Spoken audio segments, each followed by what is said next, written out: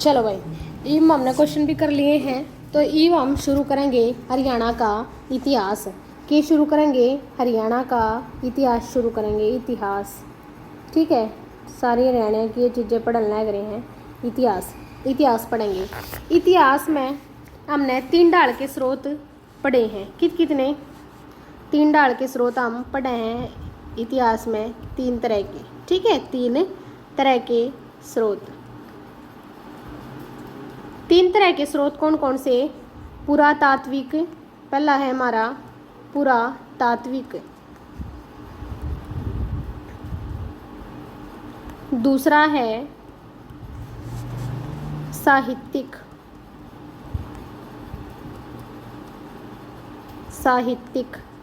और तीसरा है आधुनिक। ठीक है, पुरातात्विक, साहित्यिक और आधुनिक 3 ढाल के स्रोत हैं।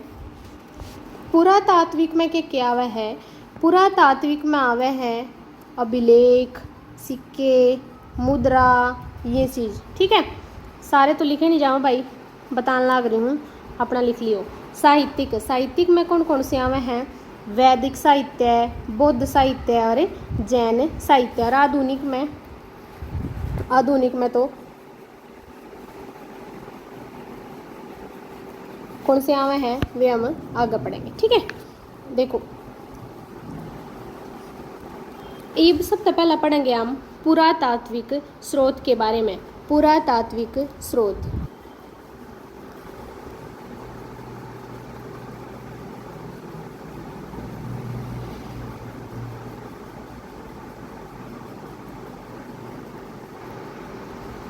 पुरातात्विक स्रोत हम पढ़ेंगे।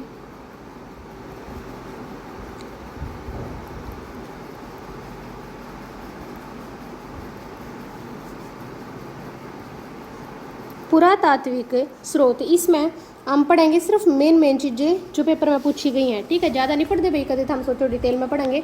हाँ, लेकिन हर एक चीज़ कवर हो जाएगी जो एग्जाम के पॉइंट ऑफ व्यू है गणी जरूरी है। ठीक है, चलो सबसे पहला तो ये क्वेश्चन बार बार पूछा जावा है, भारत के, या फिर ये कह दो भारतीय पुरातत्व के जनक। भारतीय पुरातत्व के जनक कौन है? तो भारतीय पुरातत्व के जनक हैं सर अलेक्जेंडर कनिंघम। कौन है भाई? सर अलेक्जेंडर कनिंघम है।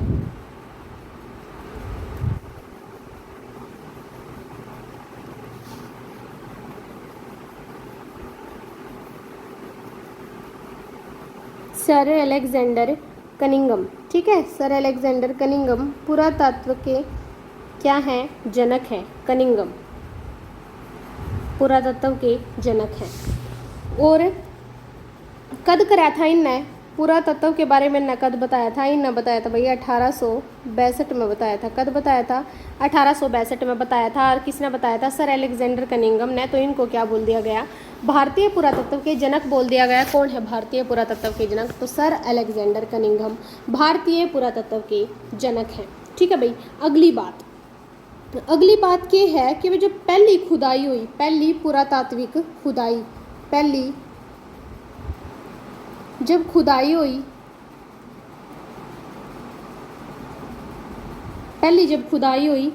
कद हुई थी? 1921 तय 22 में हुई थी। पहली खुदाई कद हुई थी? 21 तय 22 में हुई थी।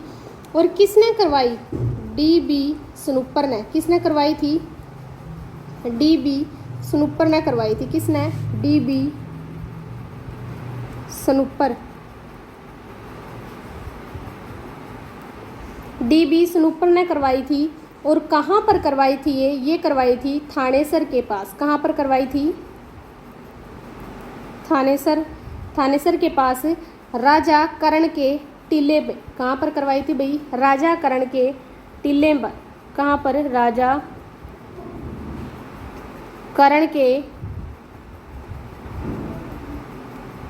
टीले पर पहली खुदाई करवाई थी। किसने करवाई थी? DB स्नूपर ने करवाई थी। थानेसर में करवाई थी। पहली खुदाई थाने में हुई थी। DB स्नूपर ने करवाई थी। राजा करण के टीले पर करवाई थी। अगली बात है हमारी 1933 तय 34 में 1933 तय 34 में क्या हुआ था, HL श्रीवास्तव के नेतृत्व में, किसके नेतृत्व में, HL श्रीवास्तव के नेतृत्व में क्या हुआ था, सरस्वती नदी के दक्षिणी क्षेत्र में जो थे पोलर स्थल है, थे पोलर स्थल की खुदाई हुई थी। क्या हुई थी भाई, थे पोलर स्थल की खुदाई, थे पोलर स्थल की क्या हुई थी, खुदाई हुई थी। ठीक है, और क्या मिला था वहाँ तय, वहाँ से हमें मिला तांबे के सिक्के। क्या मिला भाई, तांबे के सिक्के मिले थे पोलर तय, तांबे के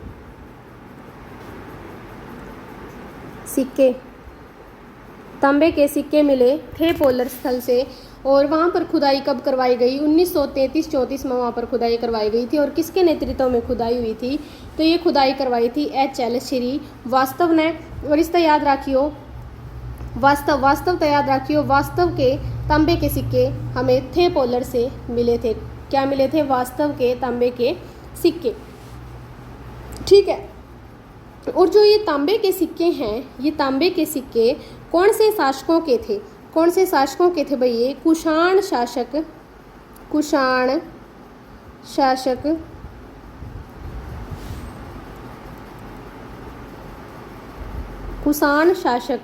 वासुदेव के, किसके थे, कुषाण शासक वासुदेव, और किसके थे, योधेयों के थे।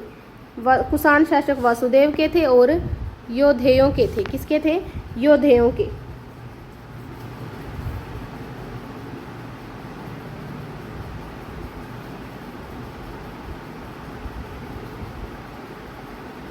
योधेयों के ये सिक्के थे। क्लियर है यहाँ तक। उसके बाद बात आती है वर्ष 1974-75 की। किसकी भाई, वर्ष 1974-75 की। इसमें क्या हुआ था, इसमें बनावली, अग्रोहा और कुणाल स्थल पर खुदाई हुई थी। बनावली, अग्रोहा और कुणाल स्थल पर खुदाई हुई थी। बनावली कहाँ पर खुदाई हुई थी, बनावली और अग्रोहा और कुणाल। ठीक है, इन स्थलों की खुदाई कब हुई थी, 1974 से 75 में हुई थी। और अगर 1975-76 की बात करें, 1975-76 की अगर हम बात करें, तो 75-76 में किंग हुई थी खुदाई। इनमें खुदाई हुई थी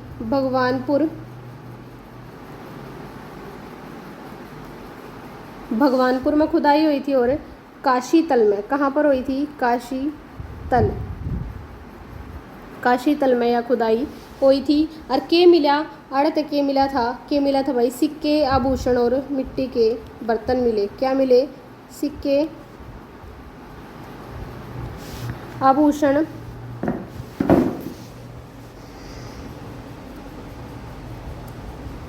और मिट्टी के बर्तन। और मिट्टी के बर्तन ना के कह दिया करें, मृद भांड कह दिया करें। के कह दिया करें भाई, मृद भांड कह दिया करें, मिट्टी के भांडे, मिट्टी के बर्तन। ठीक से, यह तो बात थी हमारी पुरातात्विक स्रोतों की। अब हम बात करेंगे अभिलेख की। अगर हम बात करें अभिलेख की, तो क्या है कि हरियाणा में 5 श्रेणियों में 37 अभिलेख मिले थे। श्रेणी कितनी, 5। चलो मैं पहला अभिलेख लिख दूँ ऊपर, अभिलेख।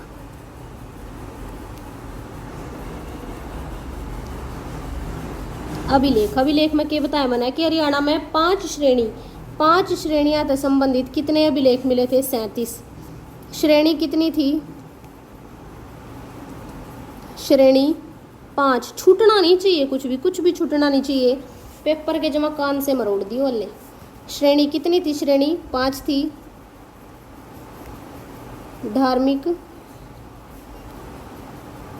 प्रशस्ति,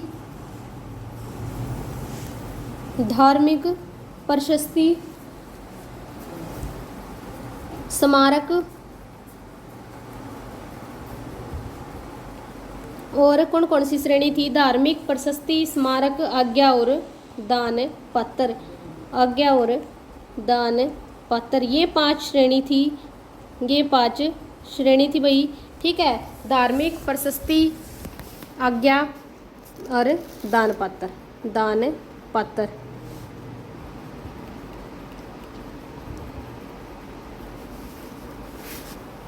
दान पत्र। उसके बाद क्या बताया था मैंने, कितने अभिलेख मिले थे? अभिलेख मिले थे 37। कितने अभिलेख मिले? 37 अभिलेख मिले थे। कितने मिले भाई? 37 अभिलेख मिले।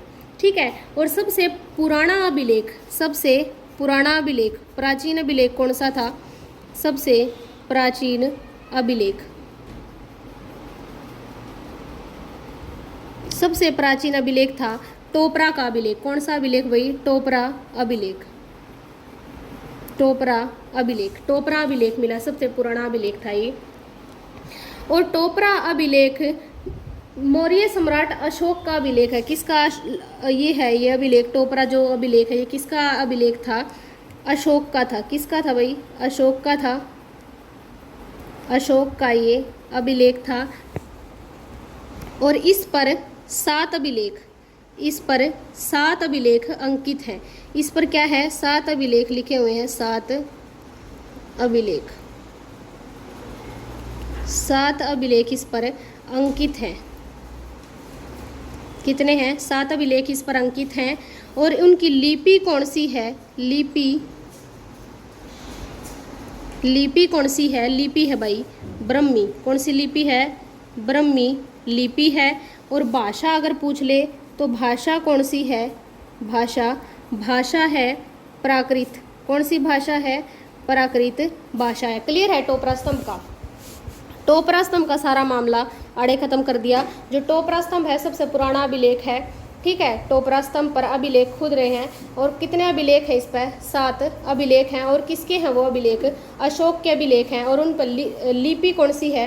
कौन सी लिपि में लिख रहे हैं? ब्रह्मी लिपि में लिख रहे हैं। भाषा कौन सी है? प्राकृतिक है। कौन सी है? प्राकृत भाषा है। अच्छा भाई, ईब नु पूछ ले अकित है यो टोपरा अभिलेख। ईब टोपरा स्तंभ, टोपरा स्तंभ किंग है, टोपरा स्तंभ अभिलेख किंग है। तो टोपरा स्तंभ जो अभिलेख है यो किंग है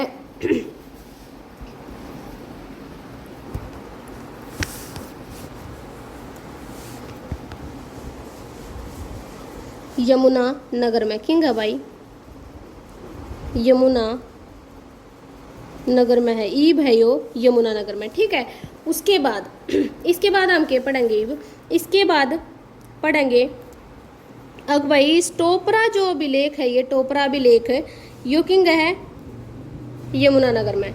यमुना नगर तय किंग लेकर गया दिल्ली। यमुना नगर तय किंग लेकर गया दिल्ली। कौन लेकर गया इसने? दिल्ली। यमुना नगर तय इसने दिल्ली कौन लेकर गया? दिल्ली लेकर गया इसने फिरोज शाह तुगलक। कौन लेकर गया? फिरोज शाह तुगलक लेकर गया। कौन लेकर गया? फिरोज शाह तुगलक। फिरोज शाह तुगलक इसने दिल्ली लेकर गया था। ठीक है, याडा तक बात खत्म हो गई है किसकी? टोपरा अभिलेख की। और एक और पढ़े लो जी, इतना पढ़ लिया तो टोपरा ने तोपड़ा भी कहते हैं। क्या कहते हैं? टोपरा ने भाई तोपड़ा भी कहते हैं। तोपड़ा अभिलेख कदे थारा समझ में नहीं आवा यार, तोपड़ा अभिलेख आ जाए पेपर में तो तोपड़ा अभिलेख भी टोपरा अभिलेख नहीं कम है। इसके बाद हम बात करेंगे गुजरी महल की। किसकी बात करेंगे? गुजरी महल। गुजरी महल, गुजरी महल, गुजरी महल कित है? गुजरी महल है, गुजरी महल है हिसार में। किंग है गुजरी महल? हिसार में है, हिसार में है गुजरी महल। और इसके स्तंभ पर क्या अभिलेख हैं? इसके स्तंभ पर क्या अभिलेख हैं? 8 अभिलेख हैं। इसके गुजरी जो महल है इसके स्तंभ पर क्या अभिलेख हैं? 8 अभिलेख हैं। 8 अभिलेख हैं गुजरी महल के स्तंभ पर। 8 अलग अलग स्थानों से आने वाले भागवतों की सूचना इनसे मिलती है। किसकी सूचना मिलती है? 8 अलग अलग स्थानों से आने वाले भागवतों की सूचना गुजरी महल के स्तंभ अभिलेखों से मिलती है। ठीक है, सूचना मिलती है। इसके बाद हम पढ़ेंगे भाई पेहवा का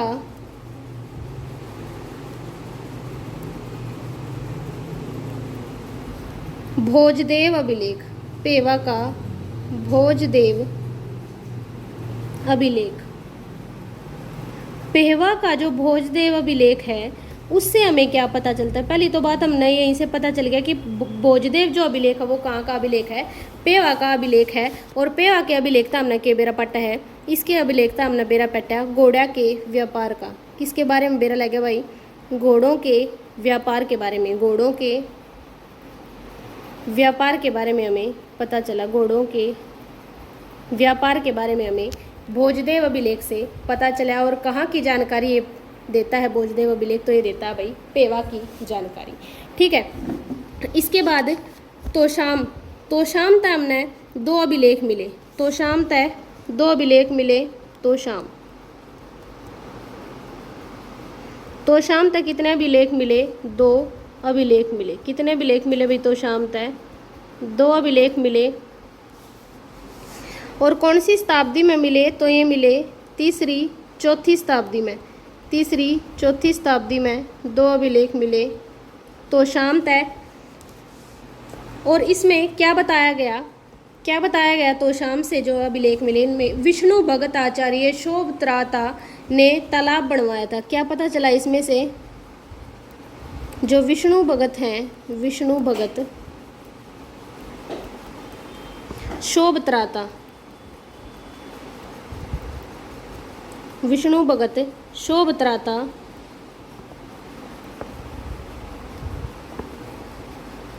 द्वारा निर्मित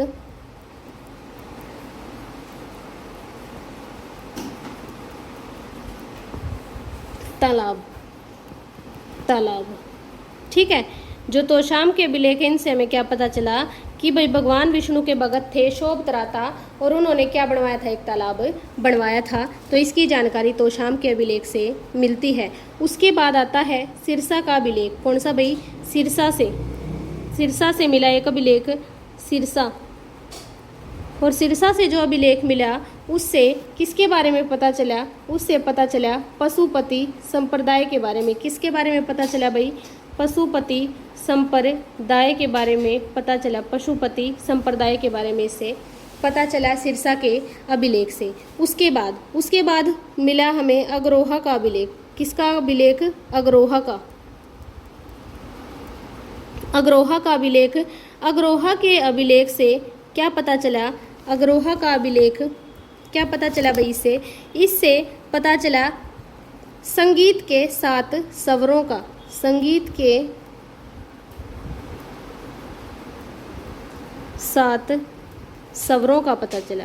संगीत के 7 स्वरों का पता चला। ठीक है, और एक अभिलेख जो हरियाणा का एक पुराना अभिलेख है वो कहाँ से मिला हमें? लाओस देश से मिला। कि कौन से देश से मिला? लाओस देश से मिला। और लाओस देश से मिला, इसमें किसके बारे में पता चला? लाओस देश का अभिलेख। और ये हरियाणा का ही अभिलेख था।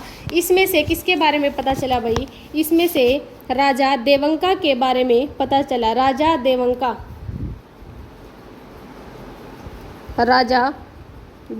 के बारे में, राजा देवंका के बारे में पता चला लाओस देश में जो अभिलेख मिला हरियाणा का उससे। ठीक है, उसके बाद बात आती है कि भाई कुछ अभिलेख मोहनबाड़ी से मिले थे। कहाँ से मिले थे? मोहनबाड़ी से। मोहनबाड़ी किंग है रोहतक में। किंग है मोहनबाड़ी रोहतक में है। तो मोहनबाड़ी रोहतक से मिले। और गुरावड़ा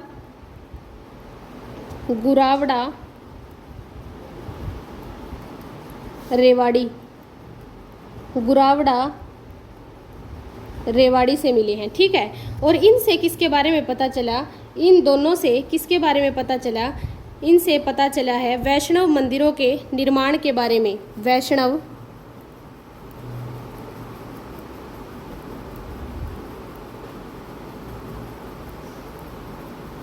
वैष्णव मंदिरों के बारे में।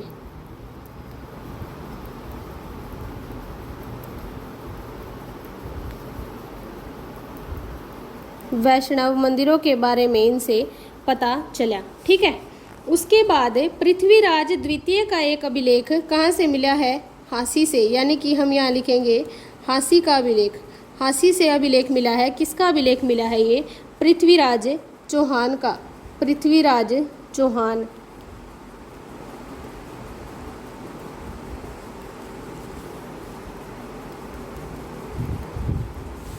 पृथ्वीराज चौहान को ही पृथ्वीराज द्वितीय भी बोलते हैं। ठीक है, पृथ्वीराज चौहान को ही क्या बोलते हैं, पृथ्वीराज द्वितीय बोलते हैं। तो हांसी से प्राप्त हुआ पृथ्वीराज चौहान का अभिलेख। उसके बाद रोहतक के बोहरा गांव से, रोहतक के बोहरा गांव से कौन सा अभिलेख मिला, बोहरा अभिलेख मिला। कौन सा अभिलेख मिला भाई, बोहरा अभिलेख मिला। बोहरा अभिलेख, बोहरा अभिलेख मिला। और बोहरा अभिलेख से क्या पता चला कि जो हरियाणा का नाम है वो हरिनायक था। हरियाणा का नाम हरिनायक हरियाणा का नाम क्या था, हरिनायक। हरिनायक था हरियाणा का नाम। जो किससे अभिलेख था, बेरा लग गया हमने, बोहरा अभिलेख था भाई, बोहरा अभिलेख। बोहरा अभिलेख से हमें पता चला कि जो हरियाणा का नाम है उसमें हरिनायक दिया गया है। ठीक है, इसके बाद अब हमें अभिलेखों के बारे में पता चल गया है, सारी जानकारी जितने भी अभिलेख थे हम पढ़ चुके हैं उनके बारे में। इसके बाद हम पढ़ेंगे सिक्कों के बारे में। सिक्के, ठीक है, सिक्के कितने तरीके के बताए, 5 तरह के। कितने तरह के बताए सिक्के, 5 तरह के। 5 तरह के कौन कौन से, पहले हैं आहत सिक्के। पहले कौन से हैं, आहत सिक्के। दूसरे हैं भाई इंडो ग्रीक शासकों के सिक्के।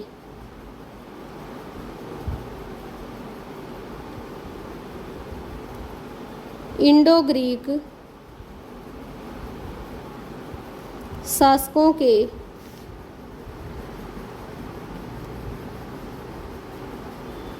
सिक्के। और तीसरे हैं,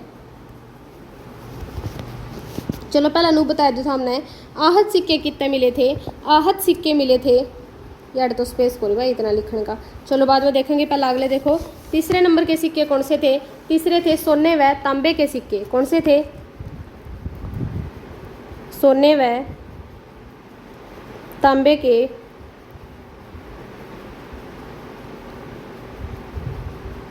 सिक्के।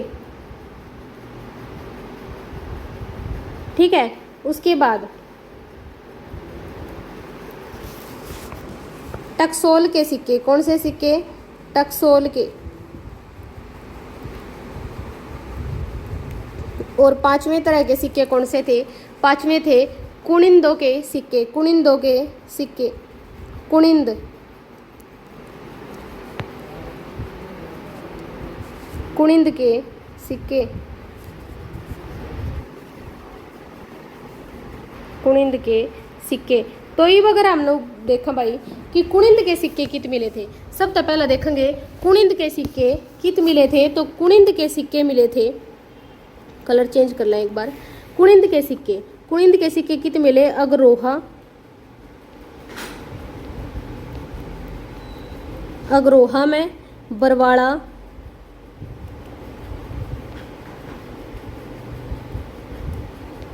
और जगाधरी, यहाँ कुनिंदों के सिक्के मिले थे, कुनिंदों के।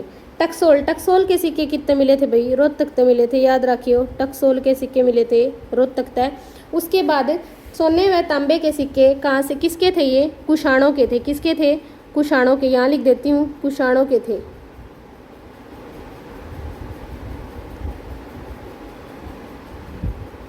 कुषाणों के थे ये सिक्के। ठीक है, इंडो ग्रीक शासकों के सिक्के कितने मिले थे?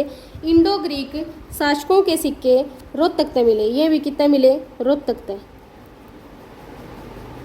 और आहत सिक्के कहाँ से मिले थे? आहत सिक्के मिले थे अग्रोहा और औरंगाबाद। औरंगाबाद और अग्रोहा, ठीक है। ये आहत सिक्के अग्रोहा से और औरंगाबाद से मिले थे, याद रखना। आगे है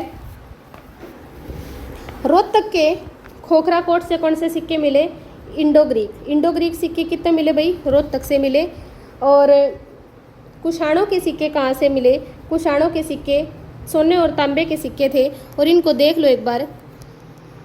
कुषाणों के सिक्के कहाँ कहाँ से मिले थे?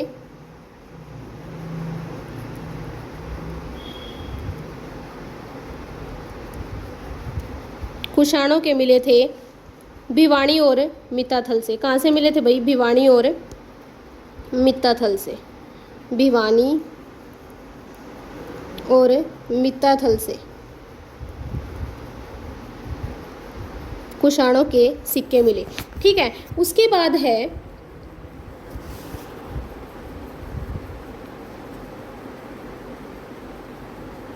मुद्राएं। उसके बाद हमें क्या पढ़ना है भाई? मुद्राएं पढ़नी है। मुद्राएं, मुद्राएं जो योदेह कालीन मुद्राएं थी, योदेह कालीन, योदेह कालीन जो मुद्राएं थी, योदेह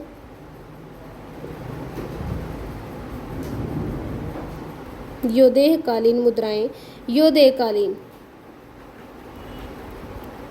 कहाँ से मिली? योदेह कालीन मुद्राएं, योदेह कालीन मुद्राएं मिली भाई अग्रोहा से।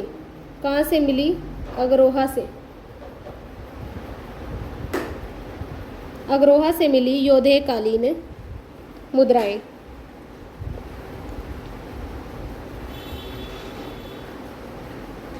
और हर्ष के शासनकाल में जो मुद्रा मिली थी, हर्ष के शासनकाल में, हर्ष के शासनकाल में जो मुद्रा मिली थी, हर्ष के शासनकाल में जो मुद्रा मिली थी, उनसे किसका पता चलता है? वंशीय वृक्ष का पता चलता है। किसका पता चलता है भाई?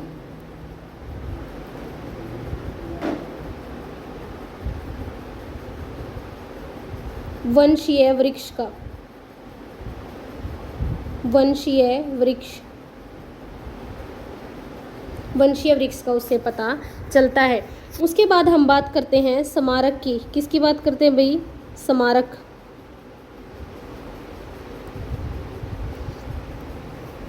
स्मारक कौन सा था? थानेसर में जो राजा कर्ण का किला था, थानेसर कौन कौन से स्मारकों से हमें पता चलता है? राजा कर्ण का किला,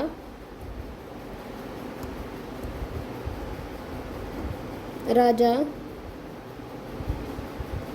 कर्ण का किला, राजा कर्ण का किला और हर्षवर्धन का महल।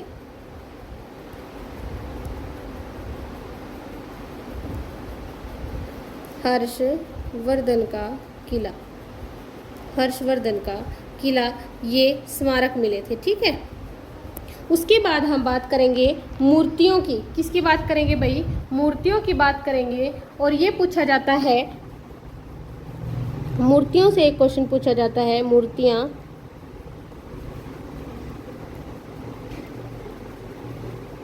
मूर्तियों से ये पूछा जाता है कि जो शुंगकालीन मूर्तियां हैं, कौन सी मूर्तियां? शुंगकालीन।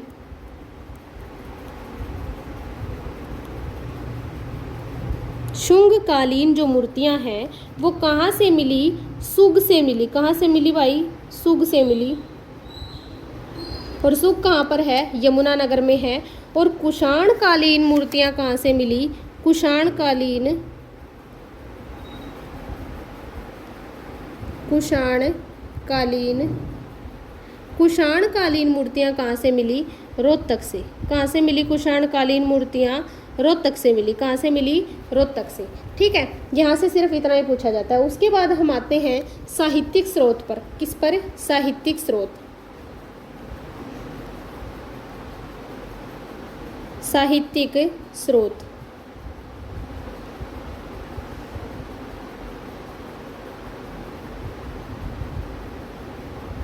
साहित्यिक स्रोत के बारे में अब पढ़ेंगे। साहित्यिक स्रोत कौन कौन से हैं? वैदिक साहित्य, पौराणिक साहित्य और बौद्ध साहित्य, जैन साहित्य, ये ठीक है।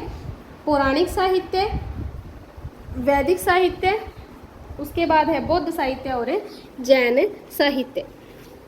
तो इनके मेन मेन पॉइंट देख लेते हैं। क्या है भाई इनका मेन मेन पॉइंट? देखो, हरियाणा की प्रमुख प्राचीन नदी कौन कौन सी बताई है? हरियाणा की प्रमुख प्राचीन नदी, प्रमुख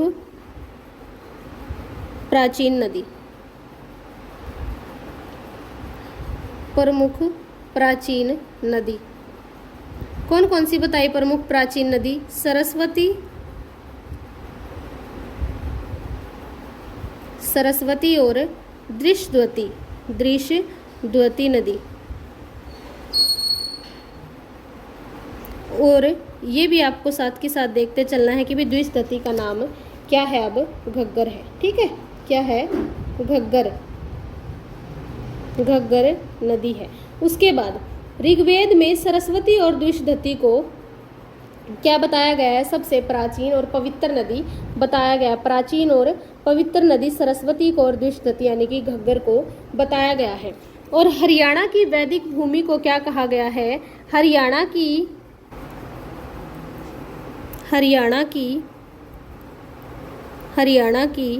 वैदिक भूमि को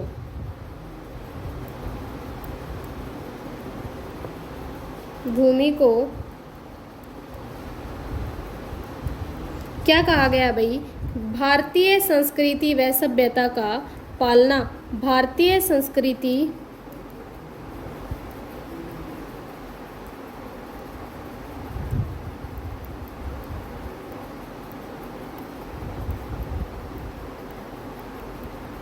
भारतीय संस्कृति और सभ्यता का पालना कहा जाता है। सभ्यता का पालना कहा जाता है, ठीक है। उसके बाद क्या बताया गया था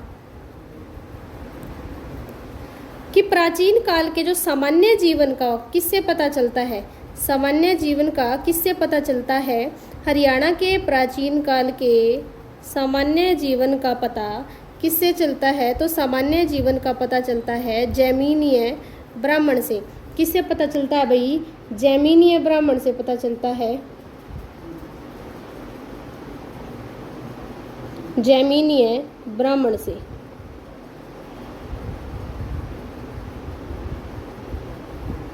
जैमिनीय ब्राह्मण से पता चलता है सामान्य जीवन का। और सामाजिक आर्थिक जीवन का किससे पता चलता है?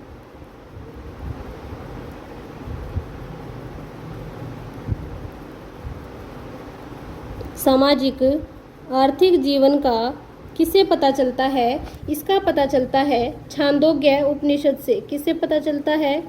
छांदोग्य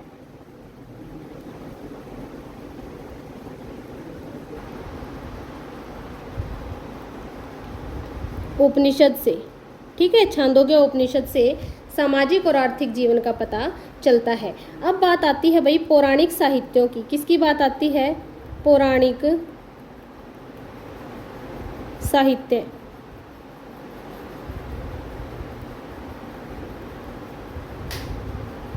पौराणिक साहित्य। पौराणिक साहित्य की बात आती है तो हम सबसे पहले बात करेंगे वामन पुराण की। किसकी बात करेंगे?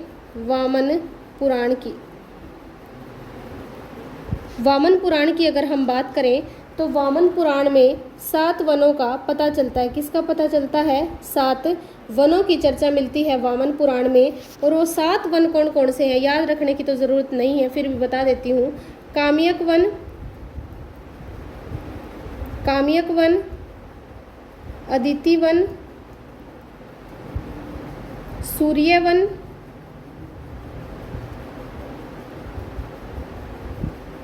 शीतवन, मधुवन, काम्यक वन, अदिति वन, सूर्यवन, शीतवन, मधुवन, फलकी वन और व्यास वन। व्यास वन, ये सारे वनों का वर्णन वामन पुराण में मिलता है। ठीक है भाई। और वामन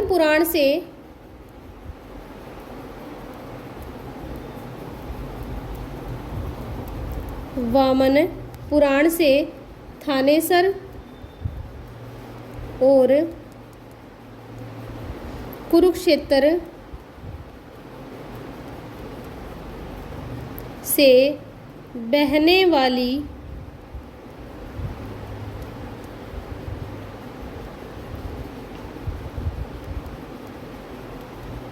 नदियों का पता चलता है।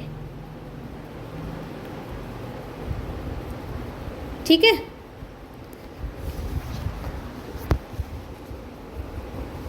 उसके बाद ये क्वेश्चन भी इसमें आता है कि भाई अष्टाध्यायी ने कौन सी पुस्तक लिखी थी, यहाँ से याद रखना है आपको। अष्टाध्यायी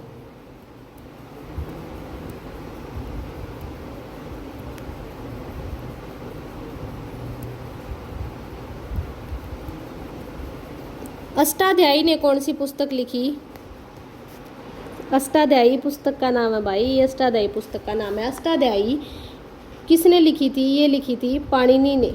किसने लिखी अष्टाध्यायी? पाणिनि ने लिखी। और एक और पुस्तक आपको यहाँ से याद रखनी है, महाभाष्य। कौन सी? महाभाष्य। महाभाष्य किसने लिखी? महाभाष्य लिखी है पतंजलि ने। किसने लिखी है? महाभाष्य लिखी है पतंजलि ने। और हर्षचरित किसने लिखी? हर्षचरित लिखी है बाण भट्ट ने। किसने लिखी हर्षचरित? बाण भट्ट ने लिखी। ठीक है। उसके बाद हम पढ़ेंगे बौद्ध साहित्य को। किसको पढ़ेंगे? बौद्ध साहित्य को।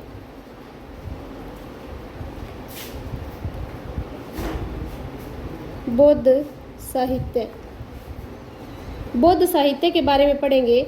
बौद्ध साहित्य में क्या है? बौद्ध साहित्य मध्यम निकाय से, मध्यम निकाय,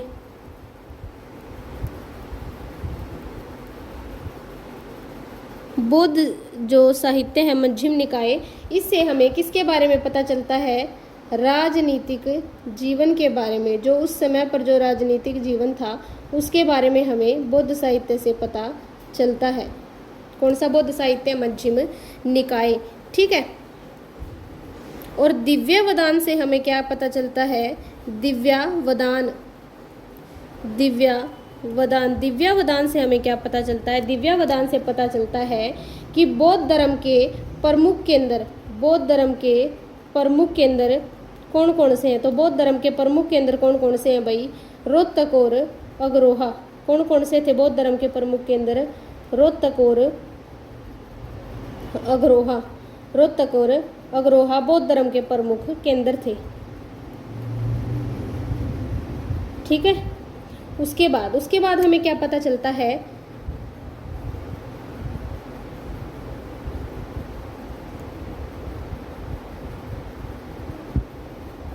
जो चीनी यात्री था चीनी यात्री जो था हवेनसांग जो चीनी यात्री था, उसने थानेसर में कहा था कि 3 संग्रहालय थे। चीनी यात्री हेनसांग ने क्या बताया था कि थानेसर में 3 संग्रहालय थे। 3 संग्रहालय थे। कहाँ पर? थानेसर में। कहाँ पर थे? थानेसर में। ठीक है। उसके बाद और क्या पता चला हमें? हमें पता चला कि थानेसर का जो शासक था, थानेसर का शासक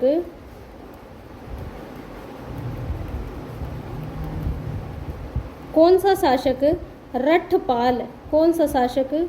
रठपाल।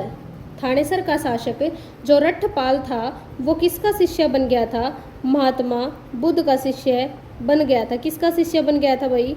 महात्मा बुद्ध का शिष्य वो बन गया था। ठीक है। और हेनसांग ने क्या कहा? ह्वेनसांग ने क्या कहा था? ह्वेनसांग ने कहा था कि सुग, सुग में, सुग यानी कि सुग कहाँ पर है? यमुनानगर, यमुनानगर में क्या थे? 5 बौद्ध विहार थे। क्या थे? यमुनानगर में 5 बौद्ध विहार थे। 5 बौद्ध विहार थे सुग यमुनानगर में। ठीक है, ये जानकारी हमें बौद्ध साहित्य के बारे में पढ़नी जरूरी थी।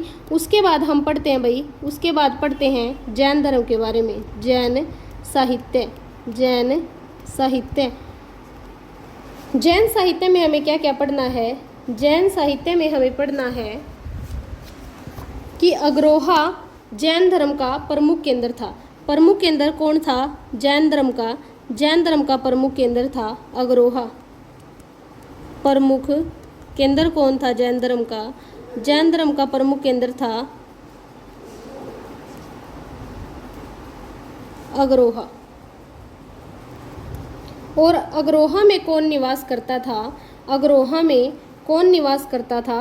अग्रोहा में निवास करते थे जैन विद्वान, जैन विद्वान लोहाचार्य। कौन थे भाई? जैन विद्वान लोहाचार्य अग्रोहा में निवास करते थे, लोहाचार्य। ठीक है, उसके बाद क्या पढ़ना है हमें? जो जैन कवि थे पुष्पदंत, जैन कवि कौन थे? पुष्पदंत। पुष्पदंत जो जैन कवि थे, इन्होंने महापुराण, महापुराण लिखा था। ठीक है, और इससे किसके बारे में पता चलता था? किसके बारे में पता चलता था? जैन धर्म के बारे में पता चलता था। ठीक है भाई, उसके बाद जैन ग्रंथों में किसका उल्लेख है? रोहतक का उल्लेख। जैन ग्रंथों में किसका उल्लेख है? रोहतक का उल्लेख है जैन ग्रंथों में। और इस जैन ग्रंथों से ही हमें क्या पता चला कि जो राजा अग्रसेन है, अग्रसेन राजा जो है, राजा अग्रसेन की राजधानी, राजधानी क्या थी? अग्रोहा थी। क्या थी भाई? अग्रोहा थी। ये हमें जैन ग्रंथों से ही पता चलता है। तो चलो अब हम पढ़ने जा रहे हैं महाभारत। अब किसके बारे में पढ़ेंगे भाई? महाभारत के बारे में पढ़ेंगे। ये आ गया हमारा इंटरेस्टिंग टॉपिक। ठीक है, महाभारत की पूरी वीडियो तो मैंने टॉपिक वाइज हरियाणा जीके में डाल रखी है, वहाँ से आप समझ लेना। यहाँ पर तो मैं बस थोड़े से ही इसके जो इम्पोर्टेंट सी बातें हैं, मोटी मोटी सी, वो बताऊंगी भाई। ठीक है, क्योंकि महाभारत की मैंने वीडियो ऑलरेडी डाल रखी है। महाभारत काल, महाभारत काल के बारे में पढ़ेंगे इसमें। तो हम सिर्फ महाभारत काल में हमें क्या पढ़ना है? महाभारत काल में पढ़ना है कि जो महाभारत का संकलन है किसने किया था? किसने संकलन किसने किया, या फिर हम बोल सकते हैं रचिता। रचिता कौन थे? वेद व्यास जी। वेद व्यास रचिता थे। लेखक अगर पूछ ले, लेखक तो गणेश, भगवान गणेश इसके लेखक थे। ठीक है, कहाँ पर लिखी गई? कुरुक्षेत्र में लिखी गई। नदी पूछ ले, सरस्वती नदी, सरस्वती नदी के किनारे लिखी गई। सरस्वती नदी के किनारे लिखी गई और कुरुक्षेत्र में लिखी गई। भगवान विष्णु ने लिखी और रचना की वेदव्यास जी ने। इसमें अगर पर्व पूछ ले तो पर्व कितने हैं? 18। कितने दिनों तक चली? कितने दिनों तक चली? 18 दिनों तक चली। अध्याय अगर पूछ ले, अध्याय तो कितने अध्याय हैं? 18 ही अध्याय हैं इसमें। और इसी में क्या है? श्लोक अगर पूछ ले, श्लोक तो श्लोक अगर पूछ ले कितने श्लोक हैं? 8800 श्लोक हैं इसमें। महाभारत में 8800 श्लोक हैं। ठीक है भाई, और महाभारत काल में राजा कुरु के नाम पर ब्रह्मव्रत को क्या कहा गया? कुरुक्षेत्र या फिर आर्यव्रत कहा गया। और हरियाणा को क्या कहा गया? हरियाणा को क्या कहा गया? महाभारत काल में बहुधान्यक कहा गया। क्या कहा? बहुधान्यक बहुधान्यक या बहुधन्यक कहा गया था। ठीक है, महाभारत का जो नाम है, महाभारत को क्या कहते हैं? जय संहिता। क्या कहते हैं महाभारत को? जय संहिता कहा। और क्या कहा? सत सहस्री संहिता भी महाभारत को कहा जाता है। और इसका मूल नाम अगर पूछ ले तो मूल नाम क्या है भाई?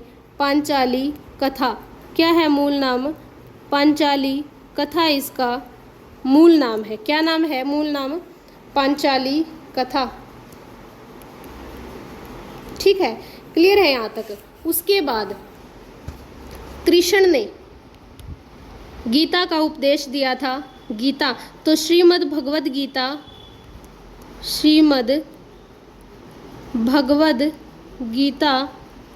का संकलन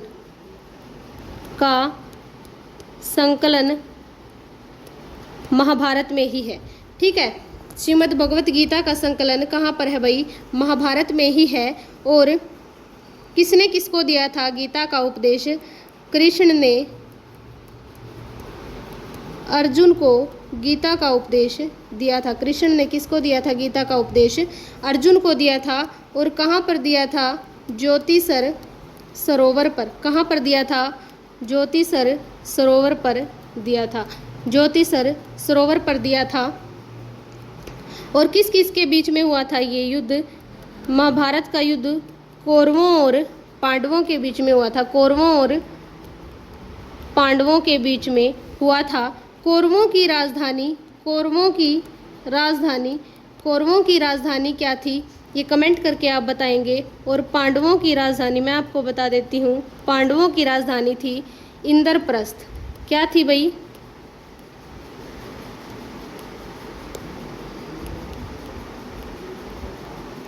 जल्दी से कमेंट करके बताओ, फिर मैं बताऊंगी। ठीक है, पांडवों की राजधानी क्या थी? इंद्रप्रस्थ थी। क्या थी भाई? पांडवों की राजधानी इंद्रप्रस्थ पांडवों की राजधानी थी। ठीक है, और कौरवों की जो राजधानी है वो क्या है भाई? हस्तिनापुर। ठीक है, क्या राजधानी है? हस्तिनापुर है। हस्तिनापुर कौरवों की राजधानी थी। उसके बाद ये क्वेश्चन भी पूछा जाता है कि कर्ण की उत्पत्ति किससे मानी जाती है? कुंती और सूर्य से। किससे मानी जाती है?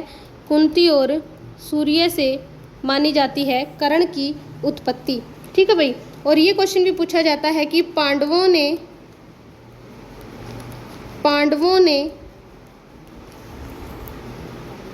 कहाँ पर घोड़े अर्पित किए थे? महाभारत का युद्ध जीतने के बाद पांडवों ने घोड़े अर्पित किए।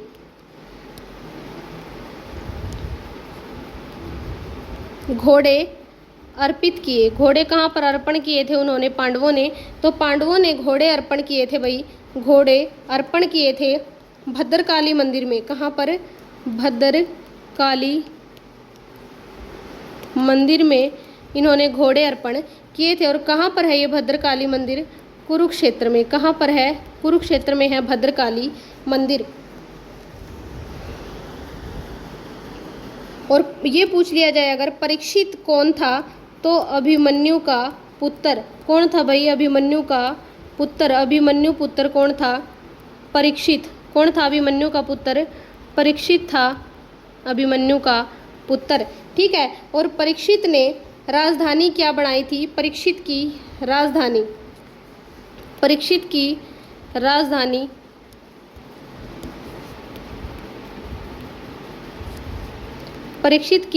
क्या थी? परीक्षित की राजधानी थी असंध। असंध थी वही परीक्षित की राजधानी। ठीक है, अब ये हमारा खत्म हो चुका है टॉपिक। इसके बाद हम पढ़ेंगे प्राग ऐतिहासिक काल के बारे में। किसके बारे में पढ़ेंगे? प्राग ऐतिहासिक काल के बारे में पढ़ेंगे। ठीक है भाई, प्राग ऐतिहासिक काल।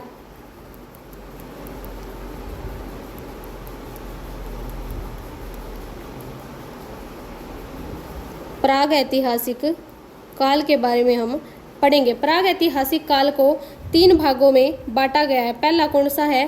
पुरापाषाण काल,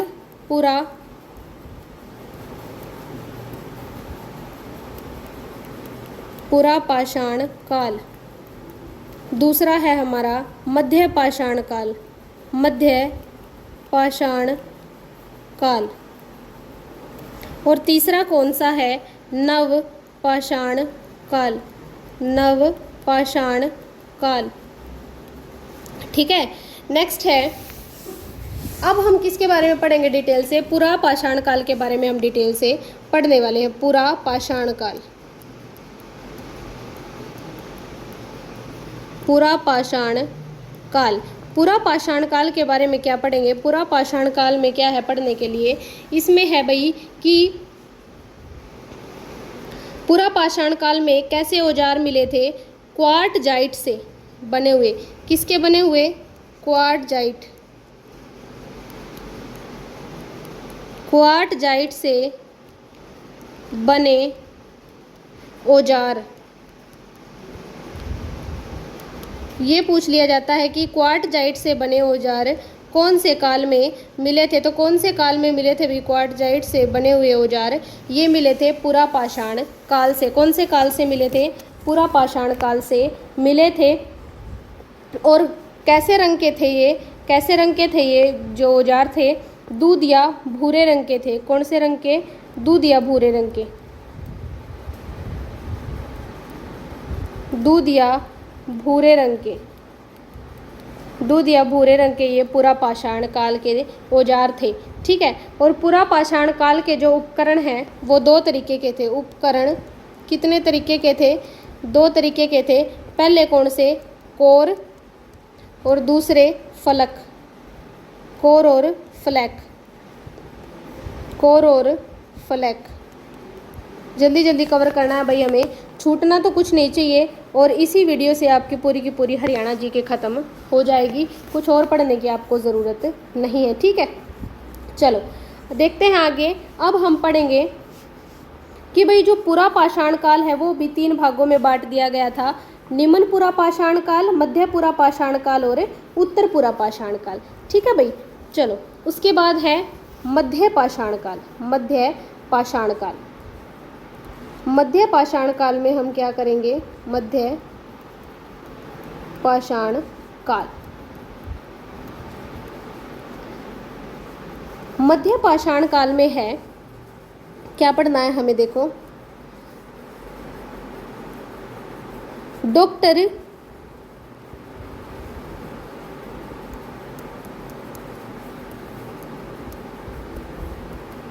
दिलीप चक्रवर्ती,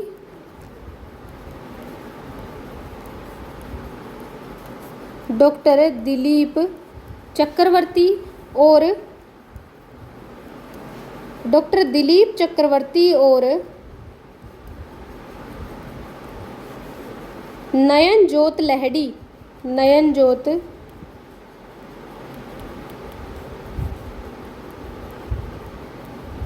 लहड़ी जो हैं उनके नेतृत्व में, इनके नेतृत्व में, याद रखना कि इनके नेतृत्व में फरीदाबाद क्षेत्र में, फरीदाबाद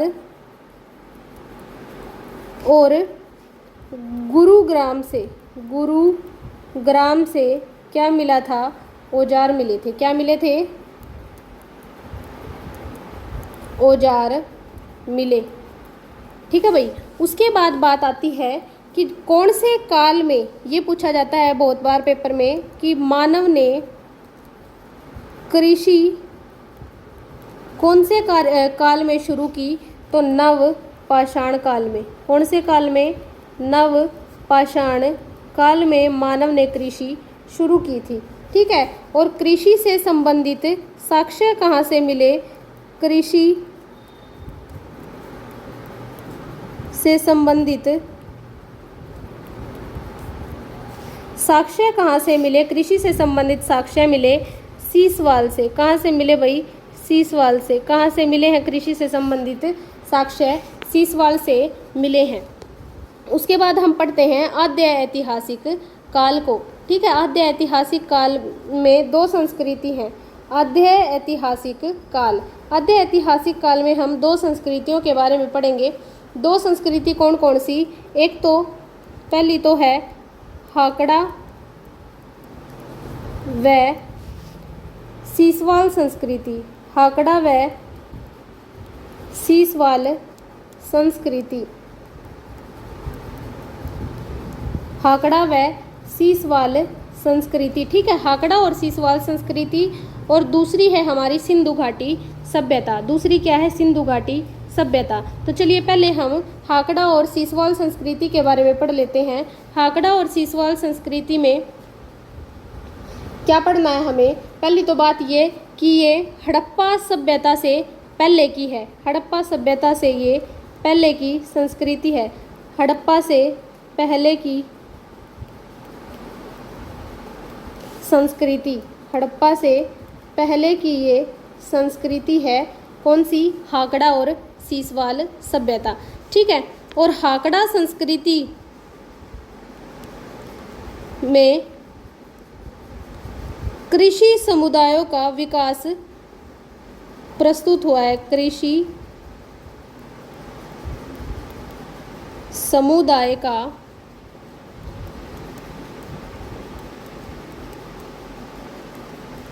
समुदाय का विकास प्रस्तुत करती है कौन सी संस्कृति? हाकड़ा संस्कृति। ठीक है भाई, हाकड़ा संस्कृति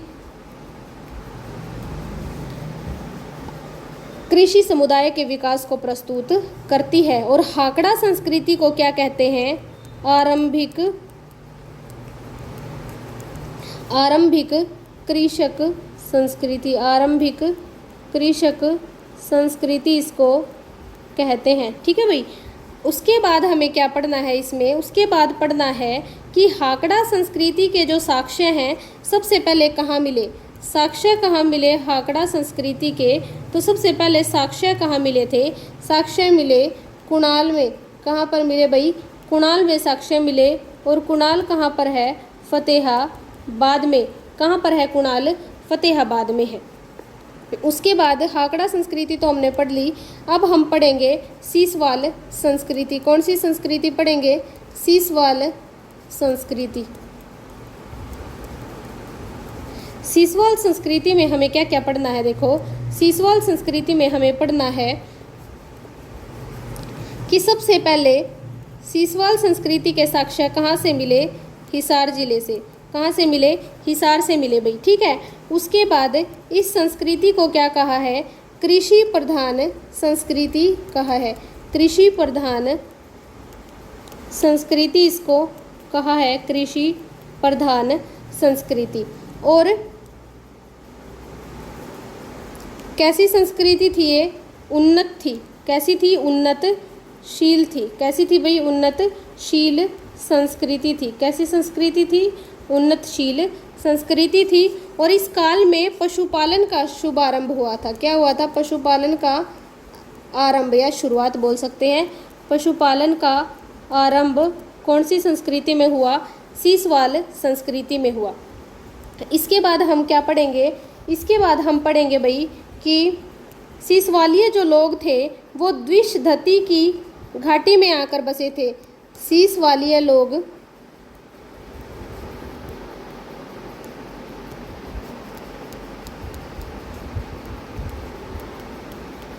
सीसवालीय जो सभ्यता है इसके लोग कौन सी नदी की घाटी में आकर बसे थे? द्विशधती नदी। ठीक है, द्विशधती नदी की घाटी में आकर बसे थे। ठीक है ना। और सीसवालीय जो ये बस्तियां हैं इनकी जानकारी कहाँ से मिली है? इनकी जानकारी मिली है महेंद्रगढ़ से। महेंद्रगढ़ से मिली है। कहाँ से मिली भाई इनकी जानकारी? इनकी जानकारी मिली है महेंद्रगढ़ से। ठीक है, उसके बाद हम पढ़ेंगे अभी, उसके बाद हमें पढ़ना है सिंधु घाटी के प्रमुख स्थल। पहले सिंधु घाटी के बारे में पढ़ेंगे। चलो, सिंधु घाटी। सिंधु घाटी सभ्यता की भी वीडियो मैंने पहले ही बना करके डाल रखी है, वहाँ से आप इसकी डिटेल्ड वीडियो देख सकते हैं। फिर हम यहाँ पे सीधा क्या कर लेते हैं? अब सिंधु घाटी के प्रमुख स्थल कर लेते हैं, अपना टाइम वेस्ट ना करते हुए। ठीक है, तो सबसे पहला जो सीसवाल था, सीसवाल जो स्थल है सीसवाल, उसके बारे में हमें क्या पढ़ना है? सीसवाल स्थल सीसवाल स्थल कहाँ पर है भाई? हिसार में, हिसार जिले में मिला है सीसवाल स्थल, हिसार जिला।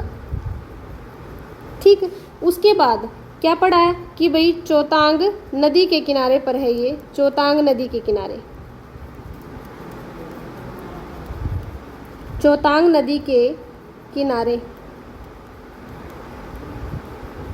चौतांग नदी के किनारे है। और उत्खनन कब करवाया गया यहाँ पर? उत्खनन हुआ 1970 में, सीसवाल 70, सीसवाल 70 याद रखना ऐसे, सीसवाल 70। और से सूरजभान, से ही सूरजभान, तो सूरजभान ने क्या करवाया था? इसका उत्खनन करवाया था। और कब करवाया? 1970 में करवाया था। और यहाँ से क्या क्या मिला? यहाँ से मिला बच्चे, यहाँ से क्या मिला? मृद भांड, मृद भांड मिले, मनका मिला, मनका, और तांबे के हत्थे वाला गंडासा मिला। क्या मिला? तांबे के हत्थे वाला गंडासा यहाँ से मिला था। ठीक है, उसके बाद हम पढ़ेंगे किसके बारे में? पढ़ेंगे अब मित्ताथल के बारे में। किसके बारे में पढ़ेंगे? मित्ताथल के बारे में पढ़ेंगे। मित्ताथल के बारे में क्या पढ़ना है? मित्ताथल में कहाँ पर है मित्ताथल? भिवाड़ी जिले में। कहाँ पर है भाई मित्ताथल? भिवाड़ी जिले में है मित्ताथल। और 1915-16 में इसकी उत्खनन हुआ था, इसका 1915-1916 में। और यहाँ से क्या मिला? यहाँ से मिला गुप्तकालीन सिक्के, गुप्तकालीन सिक्के यहाँ से मिले हुए हैं। ठीक है भाई, और इसकी भी जो उत्खनन है, इसका भी उत्खनन किसने करवाया? सूरजभान ने करवाया। इसका उत्खनन भी किसने करवाया? सूरजभान ने करवाया।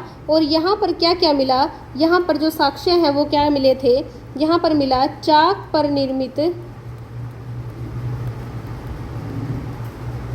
चाक पर निर्मित आग के पके हुए बर्तन, आग के पके हुए मृद भांड मित्ताथल से मिले थे। ठीक है, उसके बाद हमें पढ़ना है बनावली। क्या पढ़ना भाई? बनावली हमें पढ़ना है। और बनावली में क्या क्या पढ़ेंगे? देखो, बनावली में, बनावली कहाँ पर है? सबसे पहली बात फतेहाबाद में, फतेहाबाद में है बनावली। और खोज कब हुई? 1974 में खोज हुई इसकी। ठीक है, और इसका उत्खनन किसने करवाया था? आर.एस. भिष्ट ने। किसने करवाया था? आर.एस. भिष्ट ने इसका उत्खनन करवाया था। और भाई यहाँ सोने के साक्ष्य मिले हैं, सोने के साक्ष्य, सोने के यहाँ से साक्ष्य मिले हैं। उसके बाद हम बात करेंगे राखीगढ़ी की, राखीगढ़ी की। राखीगढ़ी की अगर हम बात करें, राखीगढ़ी कहाँ पर है? हिसार में, हिसार में है भाई राखीगढ़ी। और 1977 में इसकी खुदाई हुई, 1977 में इसकी खुदाई हुई। किसने करवाई इसकी खुदाई? सुरेंद्र भान ने। किसने करवाई? सुरेंद्र भान ने इसकी खुदाई करवाई। और यहाँ से क्या मिला? यहाँ से क्या मिला भाई? यहाँ से मिला चित्रित चूड़ियाँ, चित्रित चूड़ियाँ यहाँ से मिली। क्या मिली? चित्रित चूड़ियाँ यहाँ से मिली। और क्या मिला? यहाँ से मिला मृद भांड सलेटी रंग के, सलेटी रंग के मृद भांड यहाँ से मिले, यानी कि मिट्टी के बर्तन यहाँ से मिले। और कैसे रंग के? सलेटी रंग के। ठीक है, उसके बाद बात आती है बाड़ू। बाड़ू कहाँ पर है? बाड़ू कहाँ पर है भाई? बाड़ू है जींद में। कहाँ पर है बाड़ू? जींद में है, जींद में है बाड़ू। और 1978 से 79 में इसका उत्खनन कार्य करवाया गया था। 1978 से 79 में इसका उत्खनन कार्य करवाया गया था। और यहाँ से कौन कौन से साक्ष्य मिले? यहाँ से साक्ष्य मिले हैं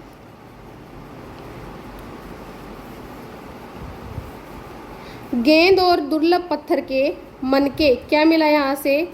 गेंद और दुर्लभ पत्थर के मनके यहाँ से मिले हैं। और क्या मिला? यहाँ से मिला है भाई सलेटी रंग के चाक के बर्तन। सलेटी रंग के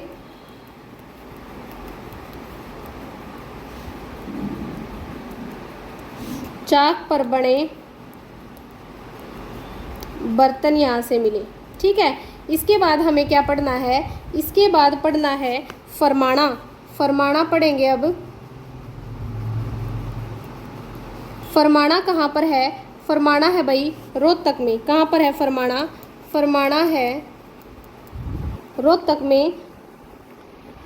और उत्खनन कार्य कब हुआ फरमाना में? फरमाना में उत्खनन हुआ 2007 से 9 में उत्खनन कार्य यहाँ पर हुआ। और यहाँ से क्या मिला? यहाँ से मिला भाई लाल रंग से निर्मित और काले रंग से चित्रित, लाल रंग से निर्मित और काले रंग से चित्रित मृद भांड। ठीक है, लाल रंग से निर्मित और काले रंग से चित्रित मृद भांड मिले। और ऊनी और सूती कपड़े, ऊनी और सूती कपड़े यहाँ से मिले। इसके बाद है हमारा, इसके बाद क्या पढ़ना है? इसके बाद पढ़ना है कुणाल। क्या पढ़ना भाई? कुणाल पढ़ना है। और कुणाल से क्या मिला है? कुणाल से क्या मिला है? सबसे पहली बात तो कुणाल है कहाँ पर? फतेहाबाद में। कहाँ पर है कुणाल? फतेहाबाद में है। और इसका सरस्वती नदी के दाएं तट पर है। कहाँ पर है? सरस्वती नदी के दाएं तट पर है क्या? कुणाल। ठीक है, और यहाँ से साक्ष्य कौन कौन से मिले हैं? साक्ष्य मिले, सबसे ज़्यादा इम्पोर्टेंट है, ये बहुत बार पूछा जा चुका है, राजसी मुकुट। क्या मिला यहाँ से? राजसी मुकुट मिला। और सोने और चांदी के आभूषण मिले। सोने व चांदी के आभूषण यहाँ से मिले। अब किसके बारे में पढ़ना है? अब पढ़ना भाई गिरावड़ के बारे में। किसके बारे में? गिरावड़। गिरावड़ में क्या क्या पढ़ना? देखो, गिरावड़ है कहाँ पर? रोहतक में। कहाँ पर है गिरावड़? रोहतक में है गिरावड़। और इसका उत्खनन 2007 में हुआ। 7 में हुआ भाई। और इसमें से बड़ी अनोखी चीज़ें मिली। देखो क्या मिला? 13 गड्ढे, 13 गड्ढे और 2 भट्टियाँ। 13 गड्ढे और 2 भट्टियाँ मिली। ठीक है, 13 गड्ढे और 2 भट्टियाँ सिर्फ एकमात्र जगह से मिली थी, गिरावड़ से। कहाँ से मिली? गिरावड़ से मिली। ठीक है भाई। इसके बाद हमें क्या पढ़ना है? भीरडाना। भीरडाना, भीरडाना कहाँ पर है? देखो, भीरडाना है फतेहाबाद में। कहाँ पर है भीरडाना? फतेहाबाद में है भीरडाना। और यहाँ पर उत्खनन कब हुआ? 2003 से 2005 में यहाँ पर उत्खनन हुआ। और ये कहाँ पर है? सरस्वती नदी के बाएं तट पर है। कौन से तट पर है ये? बाएं तट पर है। और दाएं तट पर क्या था? कुणाल था। और भीरडाना कहाँ पर है? सरस्वती नदी के बाएं तट पर है। और यहाँ से क्या मिला? यहाँ से मिला भाई लाल व सलेटी रंग के मृद भांड। लाल व सलेटी रंग के मृद भांड यहाँ से मिले हैं। ठीक है, उसके बाद अब हमें क्या पढ़ना है, देखो अब हमें पढ़ना है वैदिक काल के बारे में। किसके बारे में पढ़ना है? वैदिक काल के बारे में। ये सभी पढ़ करके जो टॉपिक हैं ये पढ़ के फिर हम इनके प्रीवियस ईयर क्वेश्चन लगाएंगे जैसे हमने पिछले टॉपिक के किए थे, ठीक है ना। तो इसलिए फटाफट मैं इसको डिटेल को करा रही हूँ, और जो कुछ आपका बच जाएगा, वैसे तो बचना नहीं चाहिए कुछ भी, जो कुछ बचेगा मैं क्वेश्चन में कंप्लीट उनको कराती चलूँगी, ठीक है ना। अब देखो भाई, वैदिक सभ्यता एक कैसी सभ्यता थी? पहले तो मैं आपको ना सिंधु घाटी सभ्यता के बारे में बताती हूँ एक बार। सिंधु घाटी सभ्यता,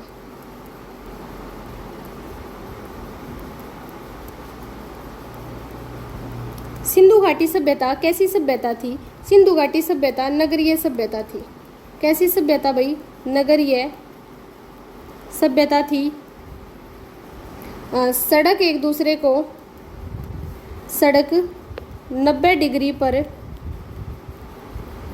काटती थी, एक दूसरे को समकोण पर काटती थी। पक्के घर थे,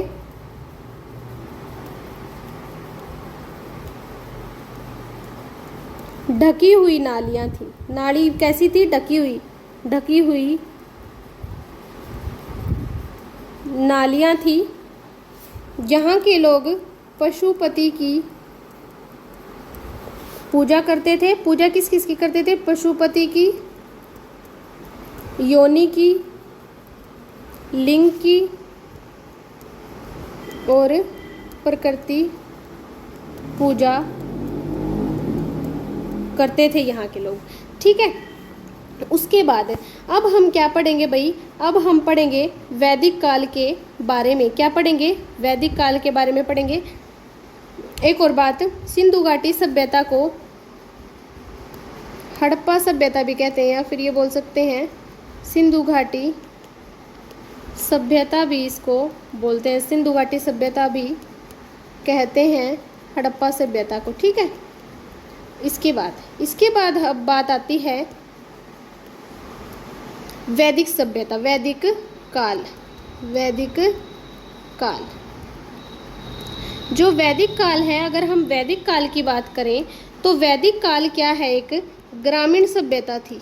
ग्रामीण सभ्यता, वैदिक सभ्यता एक ग्रामीण सभ्यता थी, ठीक है। और यहाँ के लोग युद्ध प्रेमी थे। कैसे थे? युद्ध प्रेमी लोग थे यहाँ के। और वैदिक काल में ऋग्वेद लिखा गया था, ठीक है। ऋग्वेद कैसा वेद है? सबसे पुराना ग्रंथ है ये ऋग्वेद। और ऋग्वेद में हरियाणा शब्द का प्रयोग रज हरियाणे के रूप में हुआ। रज हरियाणे के रूप में हरियाणा का प्रयोग। उसके बाद क्या बताया गया इसमें कि भाई हरियाणा का जो अर्थ है, या फिर ये बोल सकते हैं हरियाणा का नाम क्या बताया था? हरना। क्या बताया था? हरियाणा का नाम हरना बताया। किस में? ऋग्वेद में, ठीक है। किसकी बात कर रही हूँ मैं? ऋग्वेद की। ऋग्वेद में बताया था ऐसे। और स्कंद पुराण में क्या बताया था भाई? स्कंद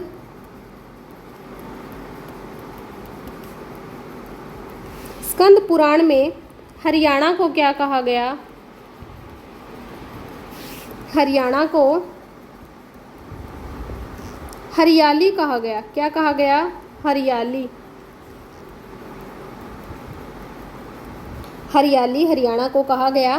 कब कहा गया? स्कंद पुराण में कहा गया था, ठीक है ना। उसके बाद हमें क्या पढ़ना है? ये पूछा जाता है कि नकुल दिग्विजय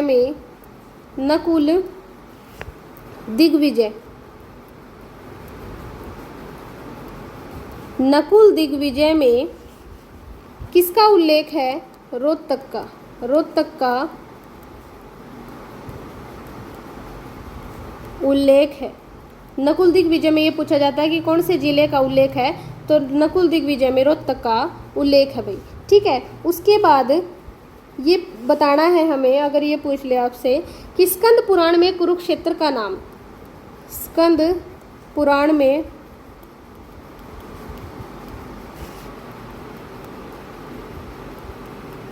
कुरुक्षेत्र का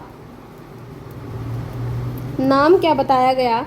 नाम बताया गया हरि अक्षेत्र। क्या नाम बताया गया? हरि अक्षेत्र नाम बताया गया। ठीक है,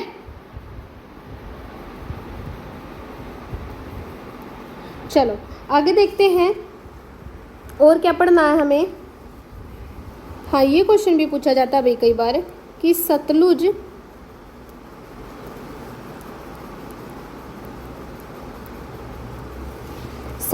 और सरस्वती नदी के मध्य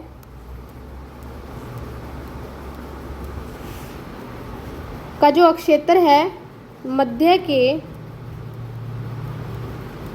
अक्षेत्र पर किसका शासन था? किसका शासन था? सुद्युमन का। किसका शासन था भाई? सुद्युमन का। सुद्युमन का शासन था। ठीक है, सुद्युमन का शासन था। सीधे सीधे क्वेश्चन मिलेंगे आपको इस पीडीएफ से, बहुत ध्यान से पढ़ के जाना है भाई। ठीक है ना, चलो आगे है। और क्या पूछा जा सकता है पेपर में? और पूछा जाएगा आपसे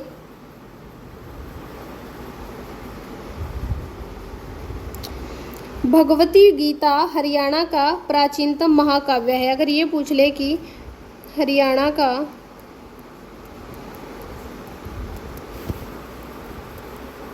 प्राचीनतम महाकाव्य, हरियाणा का प्राचीनतम महाकाव्य कौन सा है? हरियाणा का प्राचीनतम महाकाव्य है भगवत गीता। भगवत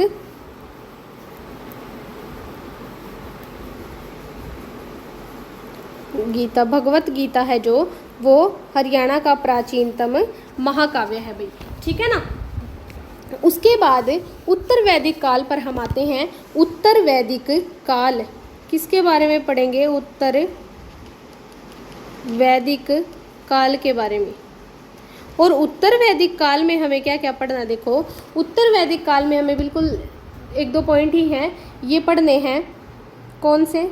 चलो देखते हैं कि ऋग्वेद में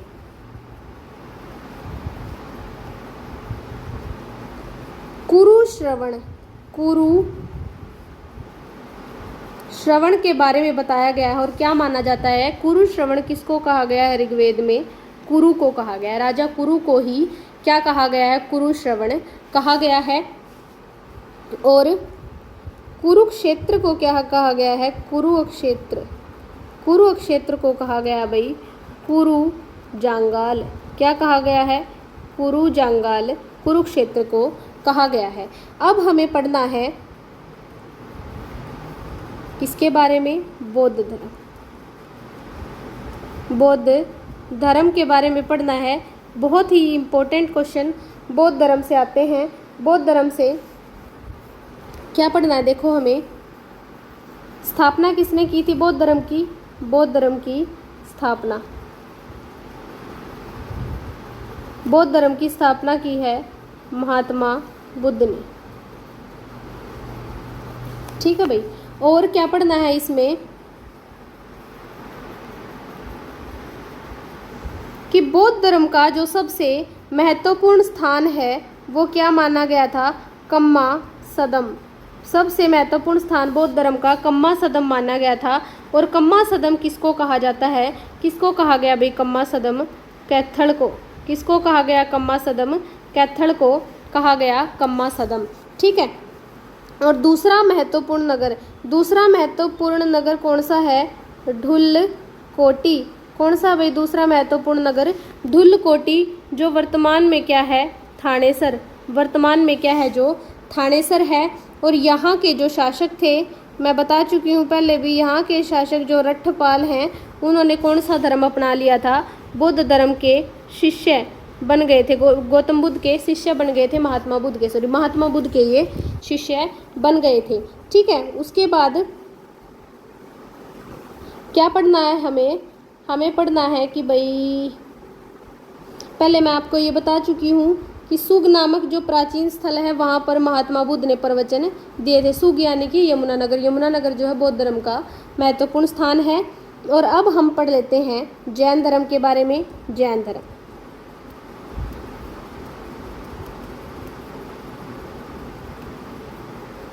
जैन धर्म के बारे में देखो क्या पढ़ें। जैन धर्म के बारे में पढ़ेंगे झंडे के बारे में। बहुत ही इंपॉर्टेंट यहाँ से बनेगा क्वेश्चन। ध्वज, जो जैन धर्म का ध्वज है वो कितने रंगों का था? जैन धर्म का ध्वज 5 रंगों का था। कितने रंगों का? 5 रंगों का। 5 रंगों का जैन धर्म का ध्वज था। और 5 रंगों को किसका प्रतीक माना गया है? 5 रंगों को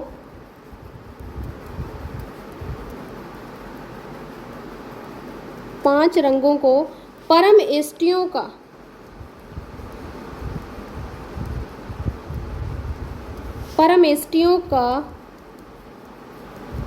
प्रतीक माना गया है। परमेष्टियों का प्रतीक माना गया है 5 रंगों को। और महाव्रत कितने बताए हैं इन्होंने? महाव्रत कितने बताए हैं जैन धर्म में? 5 ही महाव्रत जैन धर्म में बताए हैं। और जो ये 5 रंग हैं ध्वज के, 5 ध्वज के जो रंग हैं, 5 ध्वजों का महत्व बताया गया है। देखो पहला रंग कौन सा है? ध्वल रंग। कौन सा रंग है? ध्वल रंग है। और ध्वल रंग किसका प्रतीक है? अहिंसा का। किसका? अहिंसा का प्रतीक है। और दूसरा रंग कौन सा है? अरुणाभ। कौन सा रंग है? अरुणाभ। दूसरा रंग अरुणाभ रंग है। और अरुणाभ किसका प्रतीक है? सत्य का। किसका प्रतीक है अरुणाभ? सत्य का प्रतीक है। और तीसरा रंग है नीलाभ। कौन सा है तीसरा रंग? नीलाभ। नीलाभ रंग। नीलाभ रंग जो है ये अपरिग्रह का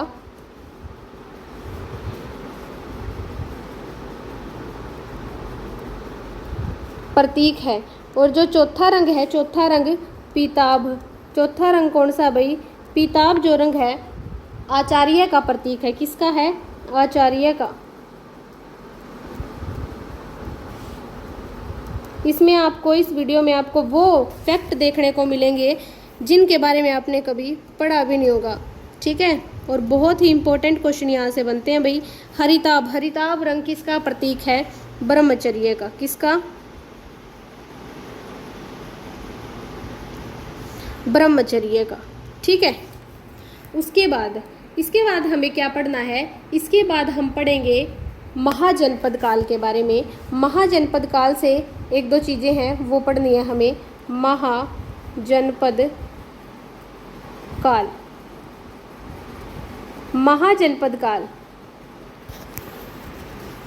ये मत सोचो कि बहुत कम पढ़ा रही है मैडम, बहुत कम नहीं पढ़ा रही हूँ।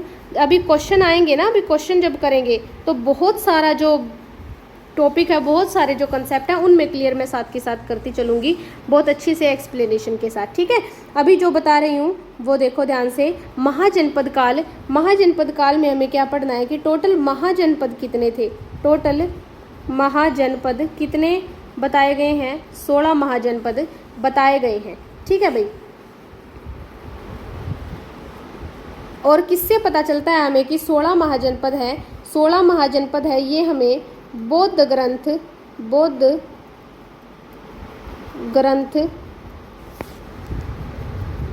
अंगुत्तर निकाय से पता चलता है। ठीक है। बौद्ध ग्रंथ जो है अंगुत्तर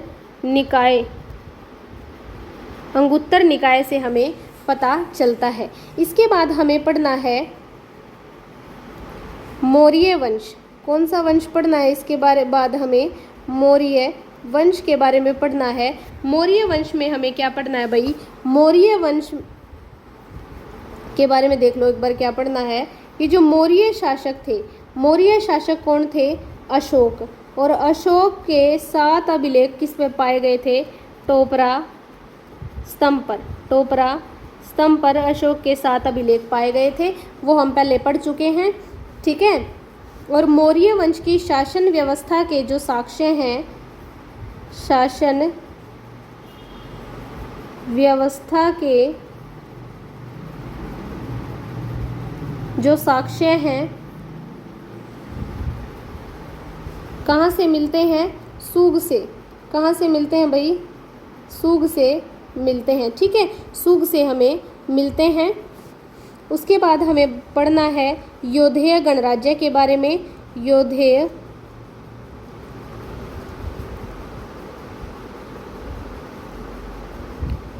गणराज्य।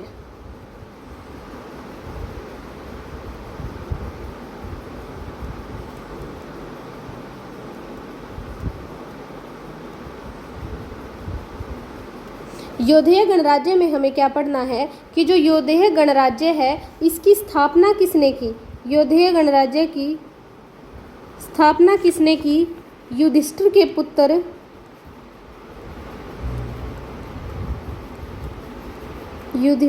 पुत्र योधेय ने की। ठीक है, इसके बाद यहाँ से हमें क्या पढ़ना है कि भाई योधेय वंश के जो सिक्कों की खोज है, योधेय वंश के सिक्कों की खोज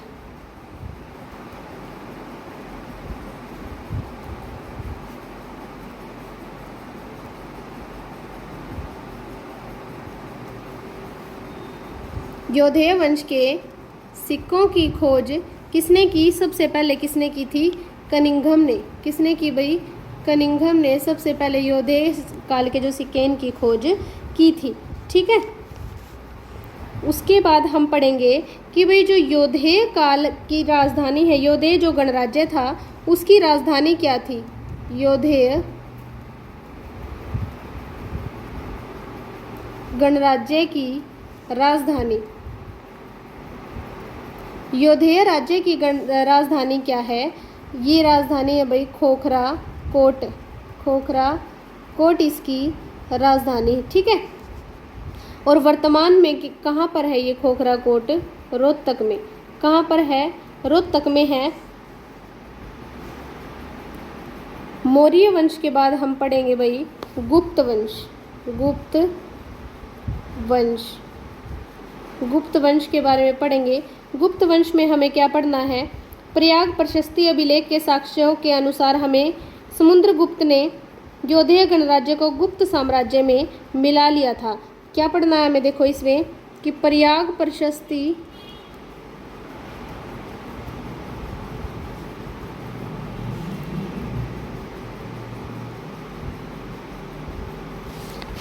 प्रशस्ति अभिलेख के साक्ष्यों के अनुसार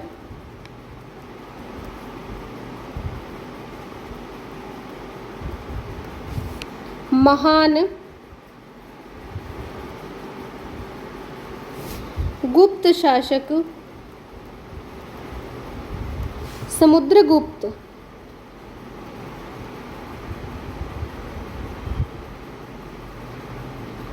ने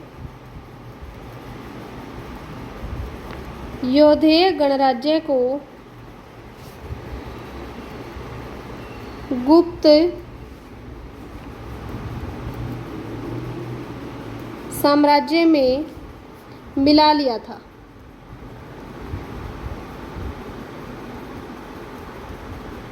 ठीक है भाई, क्लियर है यहाँ तक? उसके बाद हमें पढ़ना है कि जो पुष्यभूति वंश था, पुष्यभूति वंश के बारे में हम पढ़ेंगे। कौन से वंश के बारे में भाई? पुष्यभूति वंश।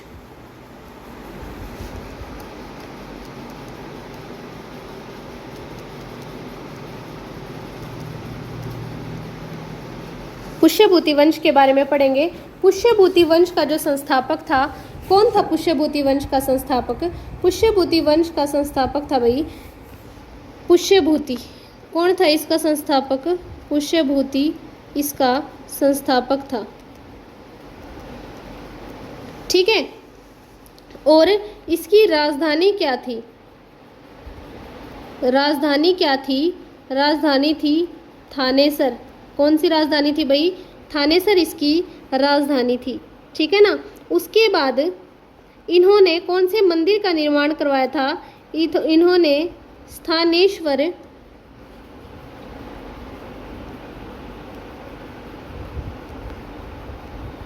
स्थानेश्वर महादेव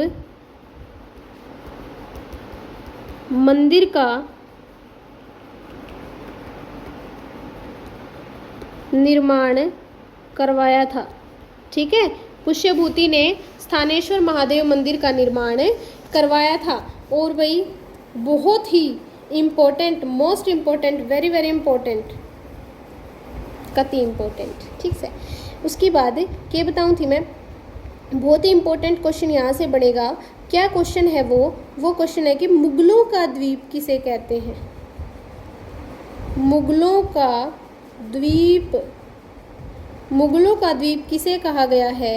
ये कहा गया है भाई थानेसर को, भूल कर भी मत भूल जाना, थानेसर को मुगलों का द्वीप कहा गया है।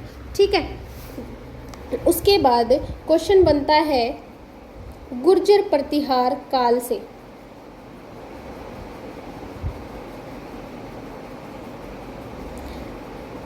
क्या क्वेश्चन बनता है यहाँ से कि सिरसा जिले के जोधका से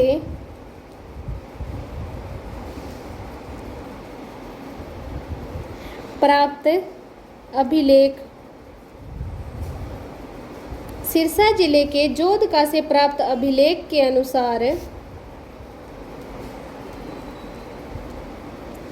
हरियाणा में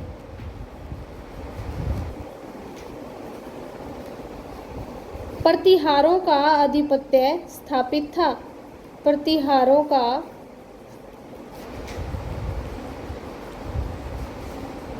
आधिपत्य स्थापित था। ठीक है,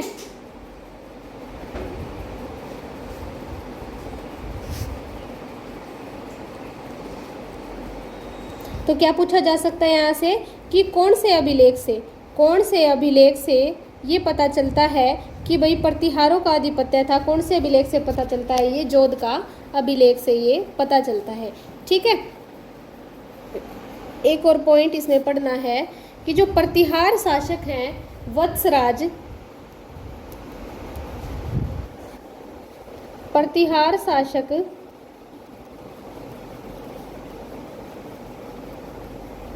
वत्सराज, इसने क्या किया था, गल नाम के तोमर सरदार को प्रशासक बनाया था। ठीक है, प्रतिहार शासक जो था वत्सराज, इसने गल नाम के तोमर सरदार को क्या बनाया था, प्रशासक बनाया था। उसके बाद हमें पढ़ना है तोमर वंश। क्या पढ़ना है भाई, तोमर वंश। तोमर वंश में क्या पढ़ना है, तोमर वंश में सिर्फ एक चीज पढ़नी है कि जो तोमर वंश के जो शासक थे सोमवंशी क्षत्रिय थे।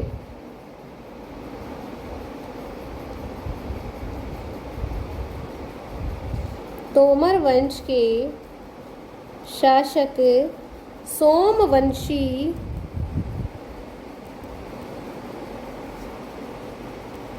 क्षत्रिय थे।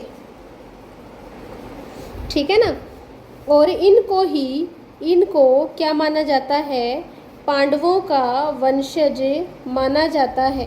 क्या माना जाता है इनको, पांडवों का वंशज इनको माना जाता है। ठीक है भाई, क्लियर है यहाँ तक। अब हम इसके बाद करेंगे क्वेश्चन।